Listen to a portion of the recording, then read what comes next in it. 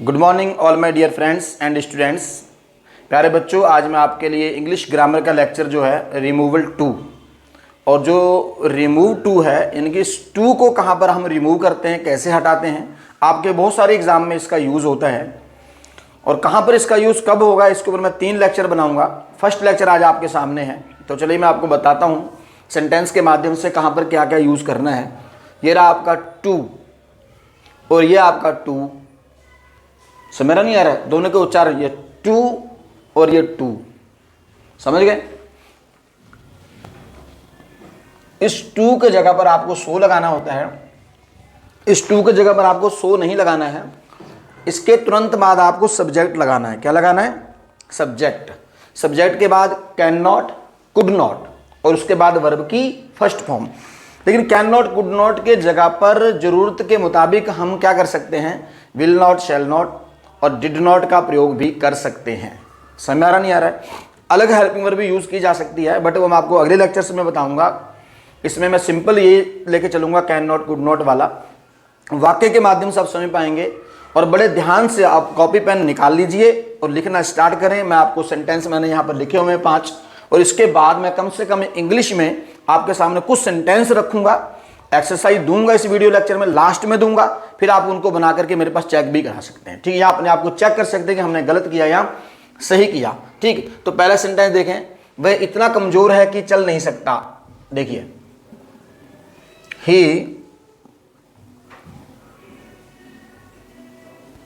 he is too weak, he is। और बच्चों ध्यान देना, मैं आपको साथ साथ ये भी बताऊंगा कि एग्जाम में इसकी क्या मिस्टेक होती है। एक वाक्य लिख रहा हूं मैं, इसको मैं एग्जाम के पर्पज से बताऊंगा, पेपर में आपका कैसा आता है, कैसी गलतियां आती हैं, उसको सुधारना कैसे होता है। ठीक, he is too weak to walk। Clear हो गया? He is too weak to walk। वो चलने में कमजोर है, वो चलने में कमजोर है। तो इसको हम ट्रांसफॉर्मेशन के नाम से भी जानते हैं।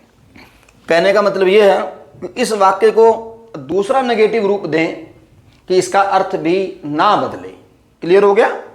तो टू वीक, वो ज्यादा कमजोर है। अब नेगेटिव मीनिंग कैसे रखता है, अब ध्यान दें। अब आपके सामने चाय का कप आया है, ऐसे लो चाय पी लो, आप हाथ लगाओ और एकदम से पीछे हट जाओ, ओहो चाय पीने के लिए गर्म है, तो इसका मतलब नेगेटिव सेंस है नहीं है, उसका नेगेटिव मीनिंग निकल के आ रहा है ना, तो ये नेगेटिव सेंस रखता है। ठीक, इस प्रकार ही इज टू वीक। अब इसकी हिंदी बना लो, भाई इतना कमजोर है कि वो अच्छे से चल नहीं सकता। ये तो यहां बन गया। देखें, ही इज, इतना, इतना कमजोर है, यहां पर ज्यादा कमजोर कहते हैं, वो इतना कमजोर है। अब उस इतने की जो इंग्लिश आपके सामने सो है, क्या है? सो, सो वीक।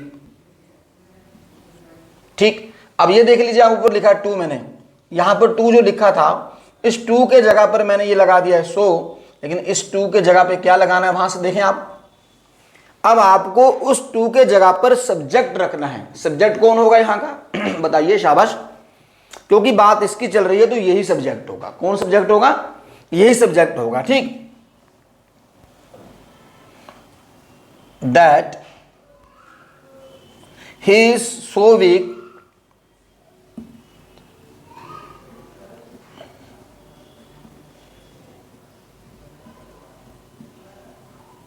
दैट। क्लियर हो गया? वह इतना कमजोर है कि वो चल नहीं सकता। ही इज सो वीक दैट। अब देखो, ये टू हट गया, इस टू की जगह पर आपने क्या लगाया? दैट। अब इसके बाद सब्जेक्ट कौन आएगा? बात किसकी हुई है? इसकी हुई है। क्लियर हो गया? That he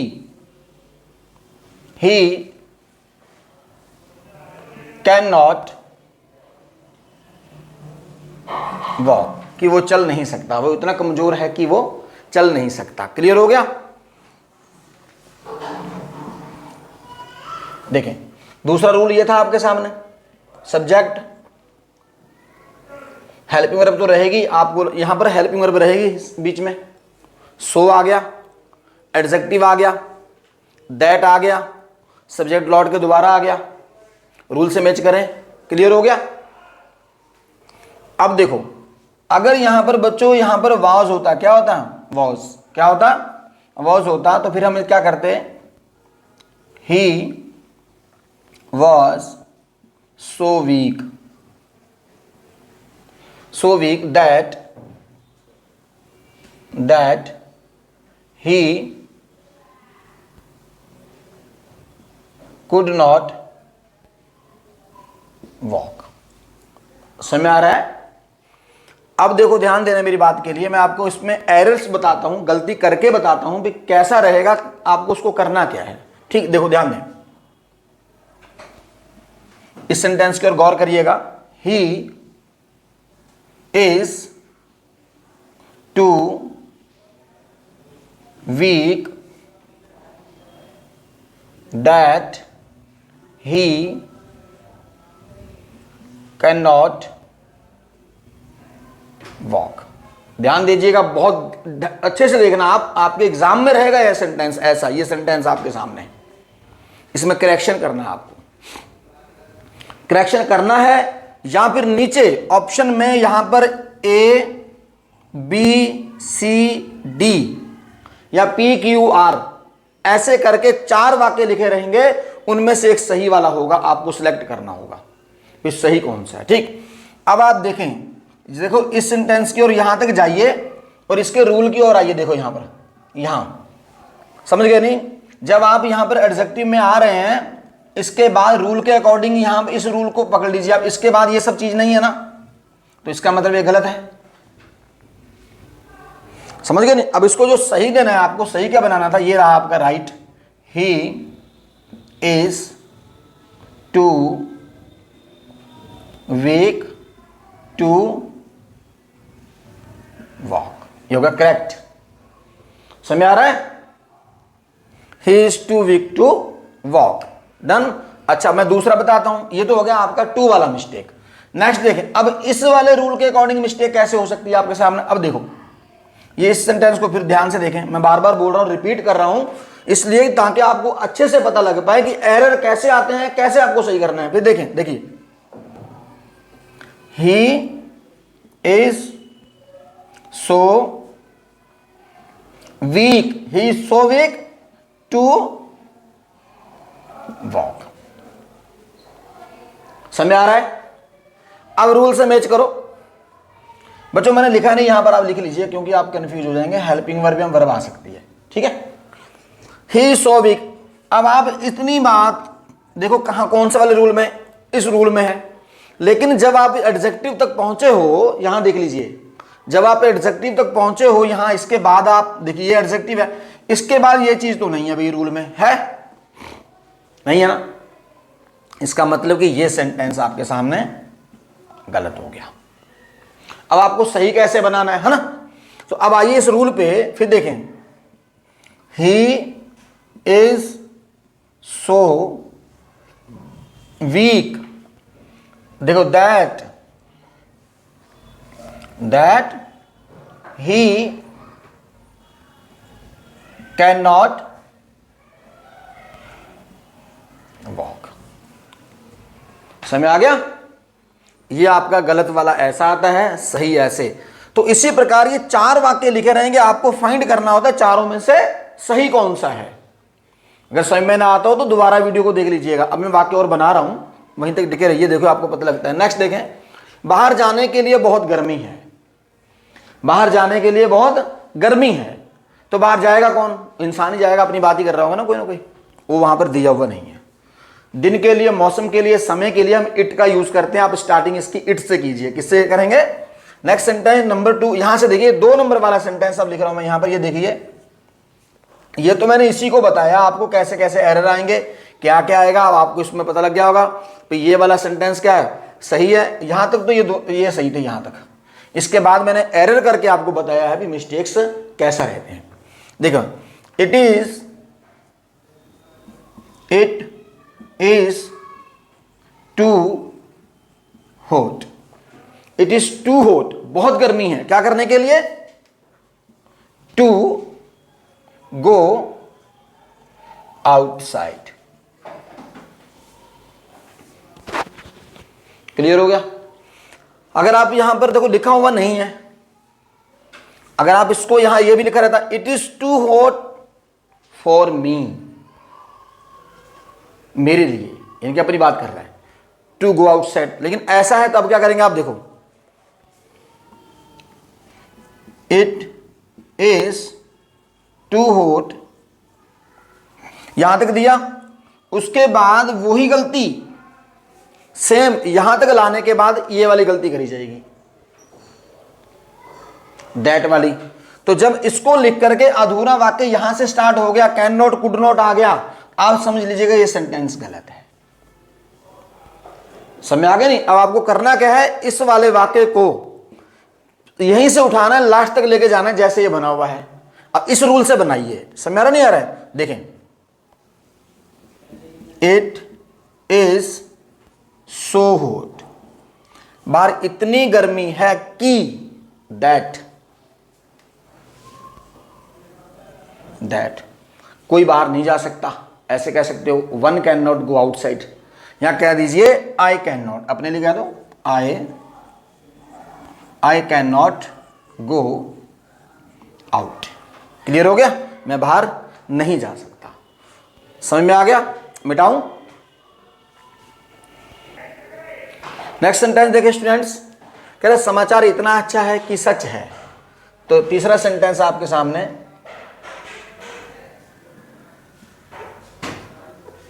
the news is too good to be true. समझ में आ गया? अब इसको सेम आपके सामने पीछे रूल लिखा होगा आप लोगों ने, उसी के अकॉर्डिंग बनाइए। देखें,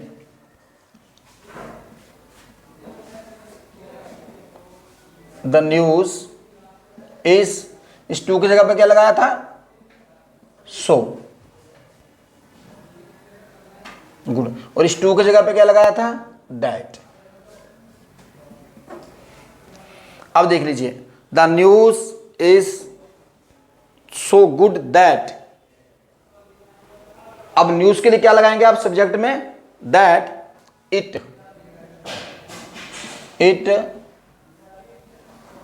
can not be true. Clear होगा स्टूडेंट्स? तो जो बाकी के सेंटेंस हैं ये देख लीजिए, वह कमरे में जाने के लिए लंबा है, वो कमरे में जाने के लिए लंबा है। He is too tall, he is too tall to go inside the room. Clear हो गया? आप बदल दीजिए इसे, he is so tall that he can not go inside the room. Clear हो गया? समझ में आ रहा है? नेक्स्ट देखें, वो सेंटेंस ऊपर जैसे ही है, मेरे लिए बहुत गर्मी है, आपने बोल दिया it is too hot for me. समझ नहीं आ रहा? टू गो आउटसाइड, बाहर जाने के लिए कह रहा है कि मेरे लिए बहुत गर्मी है। तो it is so hot that I can not go outside, कि मैं बाहर नहीं जा सकता। हम ट्रेन पकड़ने में लेट थे, हम ट्रेन पकड़ने के लिए लेट थे। वी वर टू लेट, हम बहुत ज्यादा लेट थे क्या करने के लिए? बोलो शाबाश, टू कैच द ट्रेन। अब बदल दीजिए इसे आप, we were so late that. Clear हो गया? अब देखो बच्चों, वर आया, वर ध्यान दीजिएगा, we were so late that we could not catch the train. Clear हो गया? या ऐसे बना दीजिए, we were so late that we did not catch the train. समझ आ गया नहीं? कुड नॉट की जगह आपने क्या लगा दिया? डिड नॉट लगा दिया। नेक्स्ट देखें, पेड़ चढ़ने के लिए ऊंचा था, पेड़ चढ़ने के लिए ऊंचा था। भाई कोई तो पेड़ पे चढ़ ही रहा होगा ना, कि आपको कोई जानवर आके बोल रहा है कि मैं पेड़ पे चढ़ रहा था और वो ऊंचा था, नहीं, तो किसी इंसान की बात चल रही है। The tree is so high, नहीं लगाना है, क्या लगाना है? The tree is too high, too वाला, टू क्लाइंब द ट्री। समझ गए नहीं? तो पास्ट का है तो वाज लगा देंगे, प्रेजेंट का है तो इज लगा देंगे। तो वाज ये पास्ट का है तो हमने क्या लगाया? The tree was so high that one can not climb on it, कि कोई भी इस पर चढ़ नहीं सकता, या कोई अपने लिए कह रहा है तो उसका दे दे, मैं हो सकता है, कोई भी हो सकता है। नेक्स्ट, वह खड़े होने के लिए मोटा है, यानी कि कोई इंसान है वो खूब हेल्थी है, मोटा है, और वो क्या खड़ा नहीं हो पा रहा है, उसके बाद बोले देखो ही इज टू फैट, वो बहुत मोटा है, टू स्टैंड, खड़े होने के लिए, तो क्या बनाएंगे, ही is so fat that he can not stand, he was, past में चले जाएंगे तो he was so fat that he could not stand. Clear होगा स्टूडेंट्स? ये वाक्य मैंने कुछ बोल के बना दिए हैं, आपने लिखे होंगे। अब देख लीजिए, मैं लास्ट में यहां पर कुछ ऐसे सेंटेंस लिखता हूं, इंग्लिश में लिखूंगा, आप उनको चेंज करके मेरे पास सेंड करिएगा, फिर आप उसमें देखें कि आप उसको बना पा रहे हो या नहीं बना पा रहे हो। ठीक है?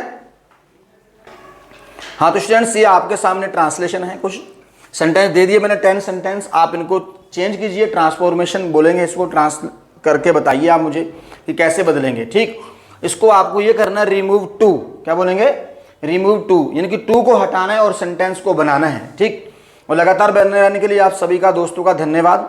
और अगर आपको वीडियो लेक्चर अच्छा लगा हो तो अपने फ्रेंड्स तक शेयर कर दें, और जिसने अभी तक सब्सक्राइब ना किया हो वो सब्सक्राइब भी कर ले। Thanks all my dear friends and all students.